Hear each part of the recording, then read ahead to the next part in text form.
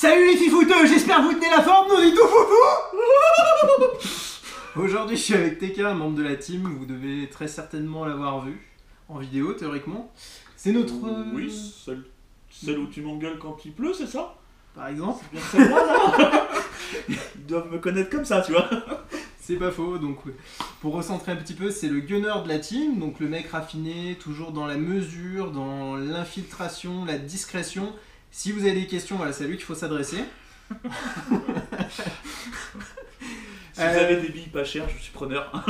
Des billes pas chères, ouais. T'es à 5000 billes par partie à peu près, c'est ça? À peu près, ouais. C'est vrai. Bon, après tout, ça fait qu'un chargeur pour une batteuse. Ça. Voilà, on se retrouve aujourd'hui pour un petit unboxing. On a deux colis de deux fournisseurs différents. Le premier vient de Toro Distribution, on l'ouvrira en deuxième. C'était un teasing. Et celui qu'on va attaquer et d'ouvrir tout de suite maintenant, il vient d'Airsoft Entrepôt. Donc je refais pas un topo sur la boutique, vous savez ce que j'en pense, vous l'avez déjà vu. Donc on passe direct au déballage. Qu'est-ce que j'ai fait de mon couteau? Ça, si tu veux. Ouais, vas-y. J'avais ça sous la main. Ça peut le faire, y a pas de souci. Fais ton côté, je fais le mien, tu dépasses pas, tu découpes selon le pointillé. Allez, on va commencer par ça. Mais c'est quoi qu'est-ce? Du papier bulle. C'est quoi qu'est-ce? Du papier bulle. On refait un topo sur le papier... Non, ils sont calés, c'est bon?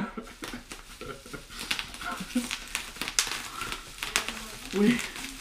Oh, ça bulle, ça bulle, ça bulle, ça bulle. Oh, qu'est-ce que c'est bon le bullet? Ça bulle, ça bulle, ça bulle, ça bulle. Oh oui. Oh, vas-y, bulle. Oh là là. Oh. Oh. Stop, ça devient gênant. Ouais. Ça rappelle des souvenirs?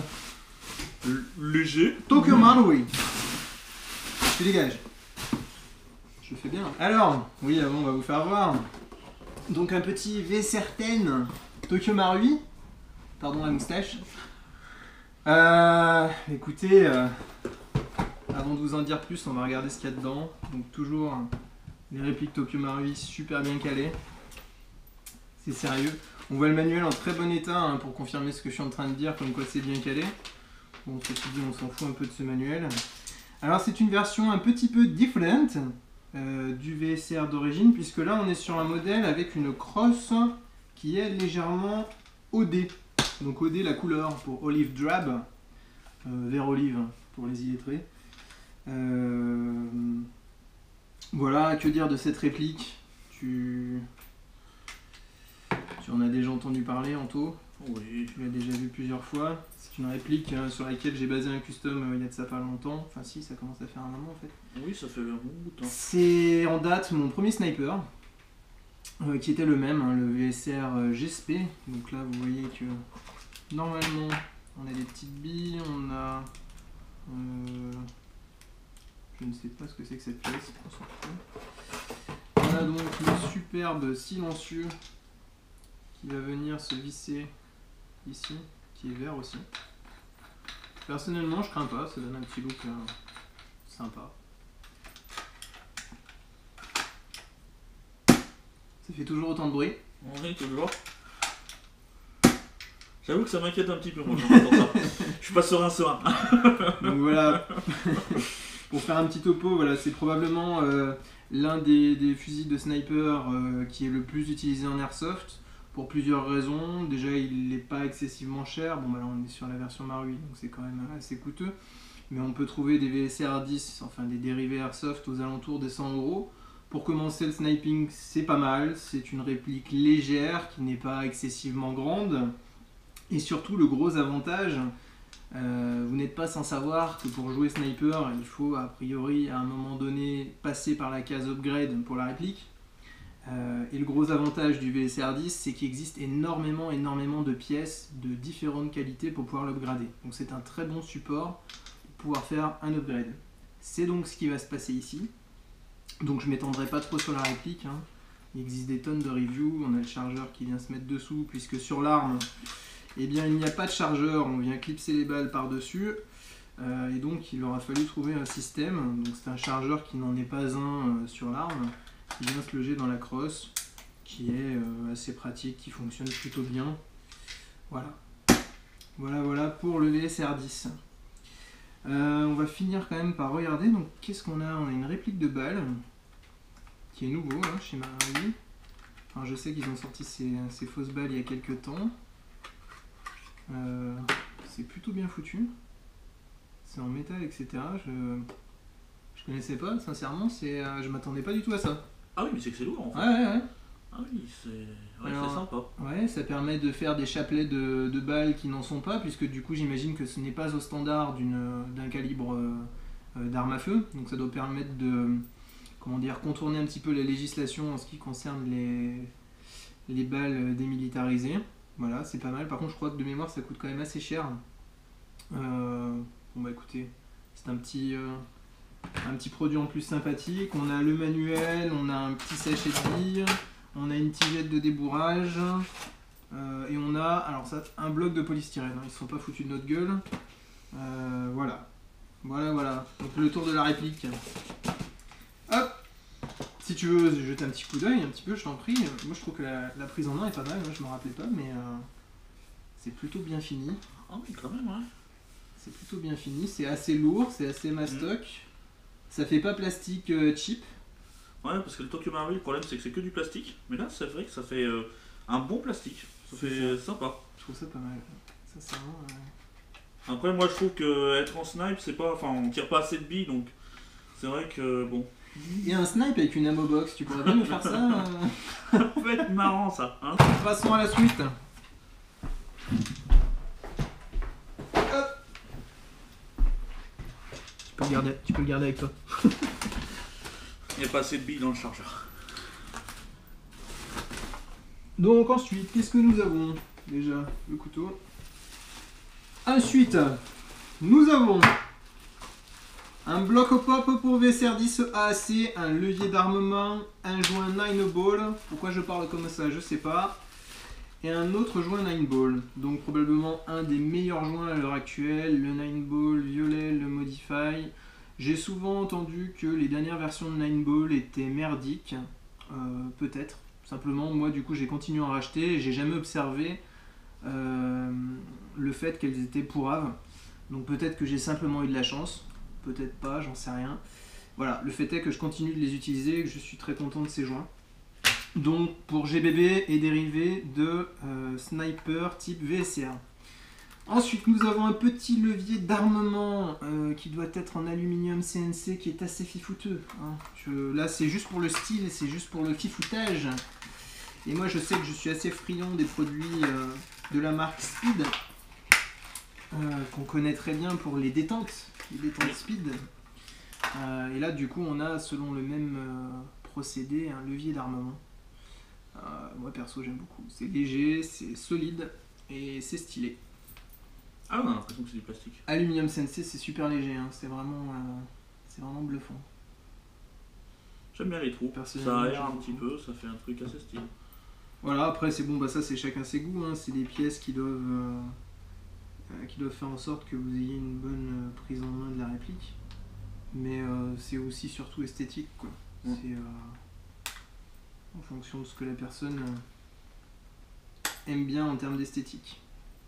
Et là donc on a un bloc pop Action Army, donc toujours AAC. Je sais pas à quoi correspond le C d'ailleurs. Parce qu'on dit AAC mais c'est juste marqué Action Army. Je ne sais pas, c'est une bonne question. Bon bref, il faudra se renseigner. Donc c'est un bloc pop, vous l'avez deviné, pour VSR 10, qui est réputé pour être un très très bon bloc pop. Je n'ai rien à dire dessus puisque je ne le connais pas. Donc on va tester ça et puis je ne manquerai pas de vous faire savoir ce que ça donne. Il a l'avantage de ne pas avoir la petite tigette de réglage qui est ici sur le VSR Marui, si on peut faire voir, approche un petit peu de la caméra. Donc là vous avez le petit truc qui permet de régler le pop qui est assez bien, qui est cranté. Mais du coup, quand vous passez sur un externe un peu plus réaliste, c'est un peu galère à adapter. Il faut toujours creuser un peu la crosse, etc. Ça fait chier. Alors que ce bloc pop, si je ne dis pas de bêtises, puisque je ne le connais pas encore, se règle via une clé Allen par le dessous du bloc. Donc simplement par l'emplacement du puits de chargeur. On enlève le chargeur et il y a un trou dans le bloc pop. Je vais peut-être le faire voir quand même. Qui du coup permet de régler via une clé Allen ce hop-up. Là encore, on a une pièce en aluminium CNC qui tient bien la route. Hein. C'est bien assemblé, ça ressemble énormément au bloc hop-up PDI que tant de personnes détestent, hein, que j'ai utilisé longtemps. S'en est clairement inspiré. La différence, c'est qu'au lieu d'avoir 2 pattes d'appui comme sur le PDI, on n'en a qu'une seule. Donc j'imagine que le réglage est beaucoup plus simple. Et que ça, c'est quand même assez intéressant parce que le réglage du hop-up PDI, c'était quand même bien la merde. Même si une fois que c'était réglé et ça fonctionnait très bien, c'était quand même merdique. Voilà, c'est ça. C'était vraiment, vraiment chiant. Écoutez, on montrera ça et on ne manquera pas de vous tenir informé de la suite des événements.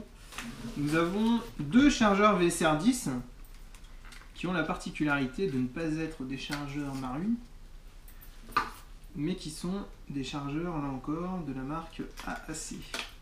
AAC qui, au passage, n'est pas une marque d'une qualité exceptionnelle, mais qui produit des produits assez aboutis, à des prix quand même moins élevés que des marques correspondantes. Alors, je suis assez étonné, parce que, en termes de sensation au toucher, ça n'a rien à voir avec le chargeur Marui. Et moi, en ce qui me concerne, ça m'évoque une solidité plus aboutie, si tu veux regarder. Hop. Oui, carrément. Ouais. Ça n'a rien à voir. Hein. On a l'impression que c'est plus épais. Ouais. Complètement, ouais. Ça, on a l'impression que c'est du cheap et ça, c'est... Alors que le chargeur Marui est quand même fiable, hein, mais au niveau... Ouais, il est un petit peu plus rugueux, on a l'impression qu'il est plus épais. Alors là, c'est que des impressions, hein, par contre. Hein. On testera ça dans quelques temps, on vous dira. On peut essayer. La grosse différence, par contre, c'est que le chargeur Marui a autour de 30 coups d'autonomie, alors que celui-là monte jusqu'à 50. Et qu'il est bien spécifié que le ressort qui est dans le chargeur, puisque c'est un principe de chargeur mid-cap, hein, c'est simplement on graille au BB loader et les billes vont remonter jusqu'en haut. Qu'est-ce que je disais? Oui, donc le ressort qui remonte les billes est assez costaud, ce qui permet de bien fonctionner quand on utilise des grammages assez élevés. Ce qui était assez compliqué lorsque j'utilisais mon VSR 10, puisque je tirais la 0,43 après quelques temps d'utilisation, le chargeur galérait vraiment à remonter les billes. Donc ça peut venir aussi de la finition de la bille, son revêtement, etc. Il y a certaines billes qui coincent plus que d'autres dans les chargeurs. Et là, c'était vraiment une question d'usure. Alors je ne sais pas s'il y a un dépôt qui s'est déposé dans le chargeur. J'avais essayé de le démonter pour regarder. J'avais rien trouvé de particulier. Je ne désirais pas non plus mettre une graisse quelconque dans le chargeur, puisqu'on sait très bien que quand les billes remontent dans le bloc hop-up et graissent le bloc hop-up, il n'y a rien de pire en termes d'efficacité du hop-up après, puisque plus rien ne fonctionne quand c'est graissé, c'est bien connu. Donc voilà, j'avais pas vraiment trouvé la solution, et du coup on va tester ces chargeurs, voir un peu ce que ça donne. La finition est plutôt sympa, avec le petit Action Army qui est gravé dessus. Hein. Voilà. Par rapport au VSR, ça se clipse très bien. Au top. Aussi bien que le Marui. Ah ouais, je pense que... Ah ouais, les codes sont vraiment bien respectés. Il n'y a rien à dire. Ah oui, puis le gros avantage aussi par rapport au Marui, c'est que ça permet, par un simple petit coup d'œil sous la réplique, de voir s'il nous reste des billes ou pas. Ce qui est assez intéressant, puisque sur un chargeur comme ça, vous n'avez aucune idée, à part si vous comptez vos tirs, pour savoir combien de billes il vous reste dans le chargeur ou pas. Alors il y a des chargeurs comme les Deepfire qui ont le follower. Donc le follower, c'est la petite pièce en plastique qui va pousser les billes.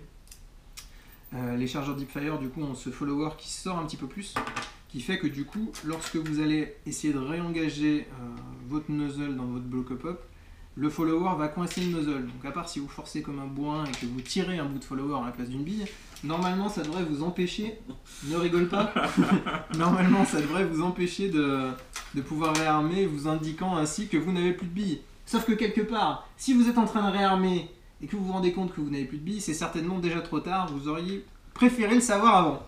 Donc ça c'est une innovation qui m'intéresse quand même relativement. On verra ce que ça donne, mais l'idée est intéressante. Après 50 coups, t'as jamais dépassé les 50 coups en une partie. Oui, c'est vrai que je pense que du coup avec un chargeur on est très très large. Hein. Vraiment, 50 coups c'est énorme pour un snipe. Hein. Enfin, je dis ça, mais il y a des gens qui tirent beaucoup, mais c'est vrai que moi, 50 coups, je fais ma journée avec, quoi. Ou même plus, hein. C'est vrai que j'ai pas le coup facile, hein, contrairement à ce qu'on peut penser. Voilà. Ne rigole pas. On ne relèvera pas. Il y a ma maman qui regarde. Alors on se calme. On touche au but. Oh, petit cadeau d'Airsoft Entrepôt, comme c'est sympathique. 2 petits patchs. Bah écoutez, très sympa, merci à vous. On notera le petit cadeau très sympa. Qu'est-ce que c'est que ça? Ah bah oui. Alors là déjà, je vois dans le plastique, mais... Déjà, on sent... Le plastique C'est de pour luxe. toi, la belle pièce. On sent la belle pièce. La belle pièce, c'est une odeur, c'est une palpation, c'est un reflet. Visuel. C'est un reflet, c'est un visuel, absolument. Et là, petite pièce de chez WeTech.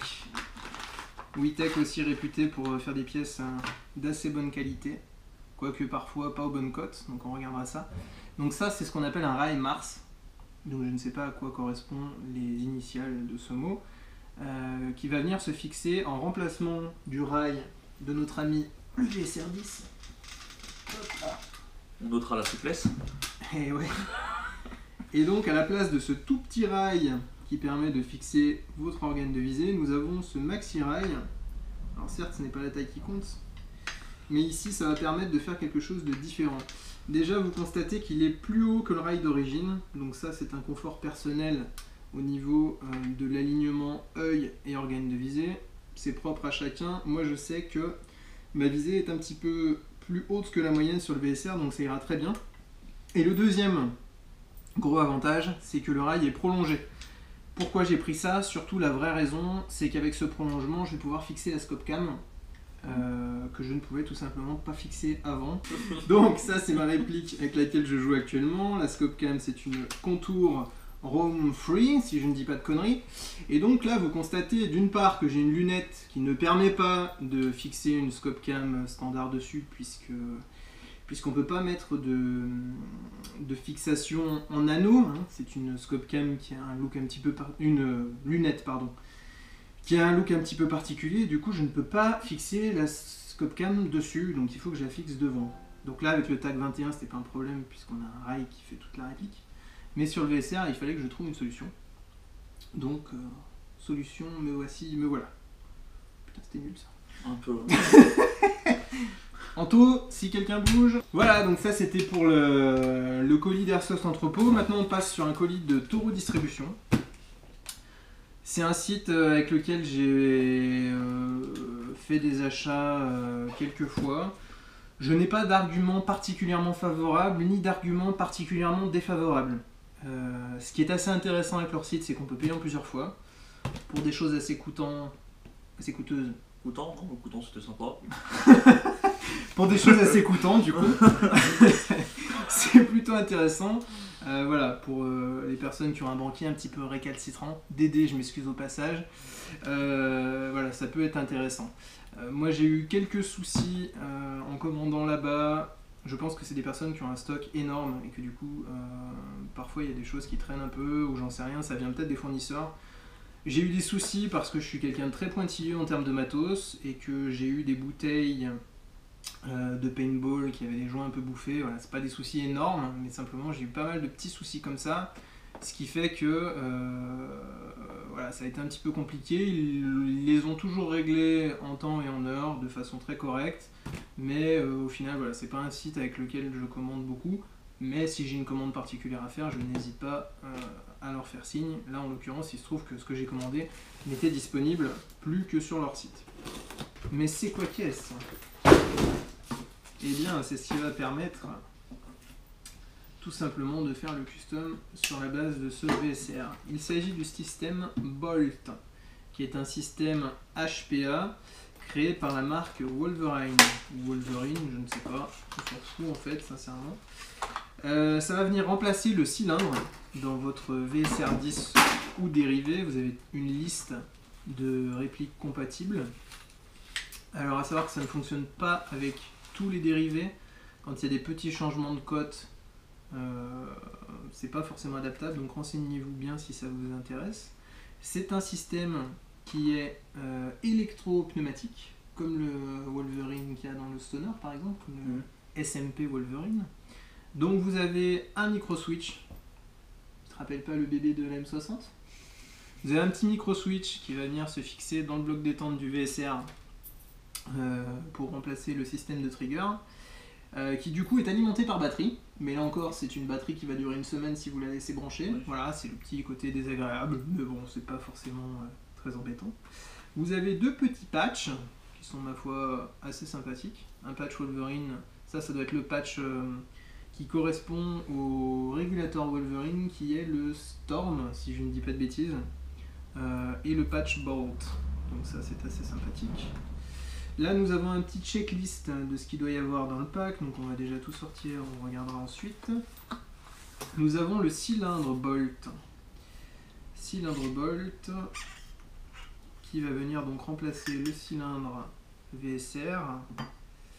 Et là nous avons le Bolt à proprement parler. Donc c'est l'unité avec l'électrovanne sur lequel va venir se visser le nozzle. Donc c'est ce qui va permettre de délivrer le flux d'air désiré. Quand on parle du loup, il sort du bois. Voici donc le nozzle qui a un look un petit peu particulier. Look très viril au passage. Je ne suis pas insensible à cette couleur personnellement. Moi, ça forme.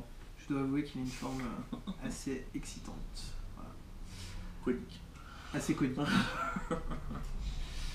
Petit nozzle, bon là encore c'est quand même des pièces assez bien terminées, voire même très bien terminées, ça se sent au niveau de la finition, c'est sérieux quand même.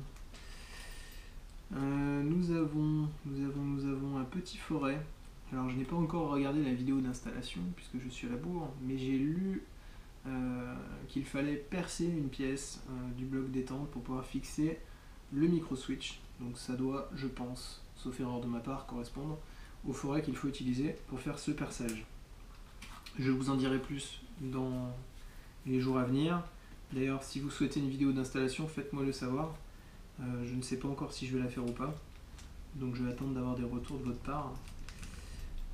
Une clé de montage, une clé Allen. Ça, c'est ce qui peut se visser sur le régulateur pour fermer une sortie. Et donc ça, c'est le kit Werf. J'arrive jamais à prononcer ce truc. Ouais, Werf. Anto, tu m'aides? W-R-A-I-T-H. Werf. C'est ce qui permet du coup d'utiliser une cartouche de CO2 plutôt qu'une bouteille HPA. Et c'est le gros avantage de ce kit, puisque en termes de place, eh bien c'est nettement moins important. Et mon idée du coup c'est de faire en sorte de pouvoir mettre ce kit dans la crosse du VSR et de ne pas avoir une ligne avec la bouteille dans le dos et d'avoir, puisque la place est réduite, une crosse qui correspond à ma taille. Ce qui n'est pas le cas avec les crosses HPA actuellement, qu'on ne peut tout simplement pas régler. Que ce soit la crosse Redline ou la crosse Mass de chez Minecraft, c'est des crosses qu'on ne peut pas régler en termes de longueur. Donc si vous faites 2 mètres, ça va. Si vous vous foutez de votre position de tir, ça va. Si vous n'êtes pas pointilleux, ça va. Si vous en avez rien à foutre, ça va. Mais par contre, moi, ça va pas. donc voilà le pourquoi du comment. Et du coup, on a le régulateur qui est monté dessus. Alors pour ceux qui connaissent, ça fonctionne un peu comme les kits CO2, les injecteurs dont on se sert pour remplir les grenades CO2. Là-dedans, on va mettre une sparklette qu'on verrouille avec un système qui fonctionne assez bien, apparemment. Il n'y a pas besoin de visser pendant 3 plombes. Normalement, on clip et la sparklette se perce. Et quand la pression est redescendue, clac, on enlève la sparklette. Donc c'est un truc qui demande un petit réglage avant, je crois, à vérifier. Mais voilà, apparemment ça fonctionne assez bien. Et si c'est entretenu de façon convenable, il n'y a pas de fuite. Et donc là, nous avons le régulateur Storm, qui est le régulateur qui est sorti il n'y a pas très longtemps, de la marque Wolverine. Donc bonne surprise, il y a eu plusieurs types de régulateurs. Celui-là est visiblement un haute pression, puisque je vois que sur le manomètre, il monte jusqu'à 200 PSI. Donc ça, c'est une bonne nouvelle pour moi. Voilà, ce qui permet un réglage un petit peu plus ample que le modèle d'origine. Donc là on a le régulateur Redline qui a été quand même ultra miniaturisé par mes soins. Et si on compare avec le régulateur Storm à côté, ouais, il est encore largement plus petit, quoi. Sachant qu'il y a de quoi visser la bouteille. Donc cette partie là sert juste à visser la bouteille. Donc si on compare, voilà. En gros, il fait la moitié du régulateur Redline. Donc belle performance pour les amis de chez Wolverine. Bravo à eux. Et le gros avantage de ce régulateur, la grosse particularité, c'est que du coup c'est un régulateur qui peut utiliser du CO2. Là nous avons des petits kits de joints. Nous avons 3 petits kits de joints qui ne sont pas les mêmes. Et nous avons la ligne de sortie de l'air qui est microscopique. Je ne sais pas combien de millimètres elle fait, mais c'est vraiment tout petit par rapport à une ligne d'air standard. C'est assez bluffant. Chapeau quand même. Ouais. Chapeau les fifous. Bah moi ça m'a bien fait plaisir de faire une petite vidéo avec toi Anto, hein. J'étais un petit peu récalcitrante au début, mais une fois qu'on y était, c'était pas mal, hein. Une fois qu'on est dedans, on est bien. Voilà, c'est ça, une fois qu'on est dedans, on est bien. Sur ces sages paroles, je crois qu'on va s'arrêter là. On vous souhaite un bon jeu à tous, des bons customs, du bon fifoutage. Surtout du fifoutage. Sortez couverts, mais avant tout bonne bourre. Allez, à la prochaine. Ciao.